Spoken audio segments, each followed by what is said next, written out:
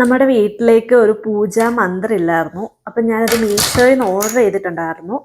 അപ്പം അതിന്ന് വന്ന് അപ്പം നമ്മൾ സെറ്റ് ചെയ്യാണ്. നമുക്ക് അവരെല്ലാം സ്പ്ലിറ്റ് ചെയ്തിട്ടാണ് തന്നേക്കുന്നത്. നമ്മളിത് കണ്ടപ്പോൾ ഒന്നും ഐറ്റംസ് ഒന്നും ഇല്ലെന്ന് വിചാരിച്ചു, പക്ഷെ ഐറ്റംസ് എല്ലാം ഉണ്ട്. അപ്പോൾ ഒരു പസിൽ പോലെയാണ്, എല്ലാം സോൾവ് ചെയ്യാണ്ട് നമ്മൾ ഇരിക്കുകയാണ്. ഇങ്ങനത്തെ കുറെ കഷ്ണങ്ങളൊക്കെ ഇതൊക്കെ ലോക്കുകളാണ്. ഏറ്റവും അധികം ലോക്ക് ഇടണമായിരിക്കും ഏറ്റവും ബെറ്റർ.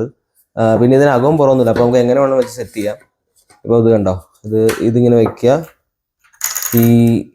ഈ ഒരു ലോക്ക് ഇടുക.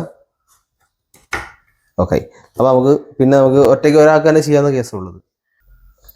അപ്പൊ ഇത് പോണ്ട, ഇതിന് ഇതിന്റെ ഏറ്റവും അടിഭാഗമാണ്. അപ്പൊ നമുക്ക് ഒരു പറ്റിയെന്താന്ന് വെച്ച് ചെയ്യാം, നമ്മുടെ വിളക്ക് ഇതിന് ആക്ച്വലി 2 സ്റ്റേജ് ഉണ്ട്. ഇതിന്റെ യഥാർത്ഥ ഫോട്ടോ കാണിച്ചില്ല, ഇത് കണ്ടോ, ഇതാണ് ഇതിന്റെ യഥാർത്ഥ ഫോട്ടോ. അപ്പം അടിയിലൊരു തട്ടുണ്ട്, മുകളിലൊരു തട്ടുണ്ട്. അപ്പൊ ഇത് ശരിക്കും പറഞ്ഞ് ഇവിടെ കുറച്ച് തീപ്പെട്ടിയൊക്കെ ആയിരിക്കും, പക്ഷെ ഇത് വെച്ച് കഴിഞ്ഞാൽ നമ്മുടെ വിളക്ക് ഇതിനകത്ത് ഇരിക്കില്ല. അപ്പൊ വിളക്ക് ഇരിക്കണമെങ്കിൽ ഇങ്ങനെ തന്നെ വെക്കണം. അപ്പൊ ഒരു തട്ട് ഒഴിവാക്കി കഴിഞ്ഞാൽ വിളക്ക് വെക്കാം, അല്ലെങ്കിൽ ഈ സാധനം മേടിച്ച് വെറുതെ വേസ്റ്റ് ആയിരുന്നു ഭാഗ്യം.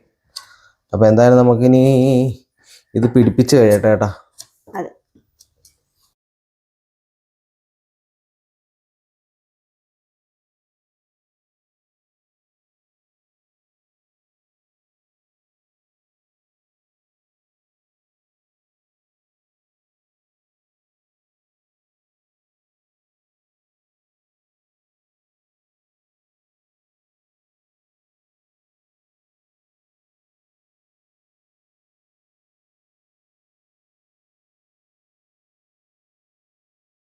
അപ്പം നമ്മൾ പൂജ മന്ദിരം സെറ്റ് ചെയ്യാൻ പോകുന്നത് ഇവിടെയാണ്, നമ്മുടെ ഓപ്പണിങ്ങിനോട് ചേർന്ന് നേരെ ഫ്രണ്ടിലായിട്ട് ഇവിടെയാണ്. അപ്പം നമ്മൾ പ്ലേസ് ചെയ്യാൻ പോകുന്നത്. ആരെങ്കിലും വരുവാണെങ്കിൽ ആദ്യം വിളക്ക് കാണട്ടെ.